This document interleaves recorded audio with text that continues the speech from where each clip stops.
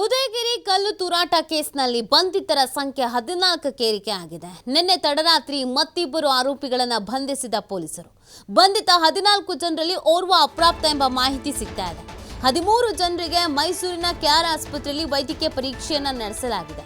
ವೈದ್ಯಕೀಯ ಪರೀಕ್ಷೆ ನಂತರ ನ್ಯಾಯಾಧೀಶರ ಮುಂದೆ ಹಾಜರುಪಡಿಸಿದ್ದಾರೆ ಖಾಕಿ.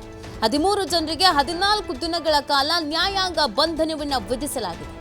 ಓರ್ವ ಬಾಲಕನನ್ನ ಬಾಲಮಂದಿರಕ್ಕೆ ಕಳಿಸಿದ್ದಾರೆ ಪೊಲೀಸರು. ಕೇಸ್ನ ಸಂಬಂಧ ಮತ್ತಷ್ಟು ಆರೋಪಿಗಳನ್ನ ಗುರುತು ಮಾಡಿದ್ದಾರೆ ಪೊಲೀಸರು. ಇನ್ನಷ್ಟು ಜನರಿಗಾಗಿ ಪೊಲೀಸರಿಂದ ಶೋಧ ಕಾರ್ಯವನ್ನ ಮುಂದುವರಿಸಲಾಗಿದೆ. ನಿನ್ನೆ ತಡರಾತ್ರಿ ಮತ್ತಿಬ್ಬರನ್ನ ವಶಕ್ಕೆ ಪಡೆದುಕೊಳ್ಳಲಾಗಿದೆ. ಬಂಧಿತ 14 ಜನರಲ್ಲಿ ಓರ್ವ ಅಪ್ರಾಪ್ತ ಅನ್ನೋದ್ರ ಬಗ್ಗೆ ಮಾಹಿತಿ ಕೂಡ ಸಿಗ್ತಾ ಇದೆ.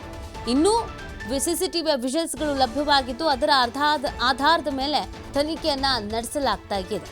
ಇನ್ನು ಅನೇಕರನ್ನ ವಶಕ್ಕೆ ಪಡ್ಕೊಳ್ಳುವಂತ ನಿಟ್ಟಿನಲ್ಲಿ ಪೊಲೀಸರು ತಯಾರಿಯನ್ನು ಮಾಡಿಕೊಳ್ತಾ ಇದ್ದಾರೆ. ಎಲ್ಲೆಲ್ಲಿ ಯಾರ್ಯಾರು ನಿಂತ್ಕೊಂಡು ಕಲ್ಲೆಸ್ತಿದ್ದಾರೆ, ಏನು ಎತ್ತ, ಅವರ ಮುಖಚಹರೆಗಳು ಯಾರು, ಏನು ಎತ್ತ, ಇದೆಲ್ಲವನ್ನ ಕೂಡ ತನಿಖೆ ಮಾಡಲಾಗ್ತಾ ಇದೆ. ಅವರಿಗಾಗಿ ಬಲೆ ಬೀಸಲಾಗಿದೆ. ಸದ್ಯ ಈಗ ವಶಕ್ಕೆ ಪಡ್ಕೊಂಡಿದ್ರಲ್ಲ, ಅವರಿಗೆ ಮೆಡಿಕಲ್ ಟೆಸ್ಟ್ ಮಾಡಿಸಿದ್ದಾರೆ. ನ್ಯಾಯಾಂಗ ಬಂಧನವನ್ನು ವಿಧಿಸಲಾಗಿದೆ. ಸೊ ಒಬ್ಬನನ್ನು ಮಾತ್ರ ಬಾಲಮಂದಿರಕ್ಕೆ ಕಳಿಸೋದಕ್ಕೆ ತೀರ್ಮಾನಿಸಿರೋದು ಅಪ್ರಾಪ್ತ ಅನ್ನುವಂಥ ಕಾರಣಕ್ಕಾಗಿ. ಇನ್ನುಳಿದಂತೆ ಇನ್ನೂ ಅನೇಕರನ್ನು ವಶಕ್ಕೆ ಪಡ್ಕೊಳ್ಳುವಂಥ ಸಾಧ್ಯತೆ ಇದೆ. ಈ ಪ್ರಕರಣದಲ್ಲಿ 100ಕ್ಕೂ ಅತಿ ಹೆಚ್ಚು ಜನ ಭಾಗಿಯಾಗಿದ್ರು.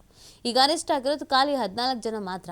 ಇನ್ನೂ ಅನೇಕರನ್ನು ಅರೆಸ್ಟ್ ಮಾಡುವಂಥ ಸಾಧ್ಯತೆಗಳು ಇದೆ. ಕೆಲವರು ಊರು ಬಿಟ್ಟು ಹೋಗಿದ್ದಾರೆ. ಎಲ್ಲಿ ಹೋಗಿದ್ದಾರೆ ಏನು ಅಂತ ಗೊತ್ತಿಲ್ಲ. ಕಲ್ಲು ಎಸೆಯೋದು ಊರು ಬಿಟ್ಟು ಹೋಗ್ಬಿಡೋದು, ಆಮೇಲೆ ಒಂದು 3 ತಿಂಗಳಾದ್ಮೇಲೆ ಎಲ್ಲ ಸರಿ ಹೋಗುತ್ತೆ, ವಾಪಸ್ ಬರೋಣ ಅಂತ.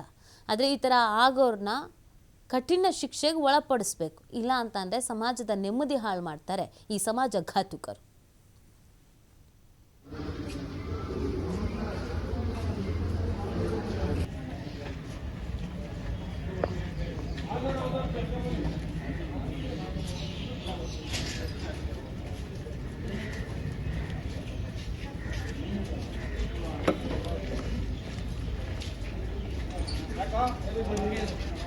ವೀಡಿಯೋ ಇಲ್ಲೇ ಮಾಡಿದ್ರೆ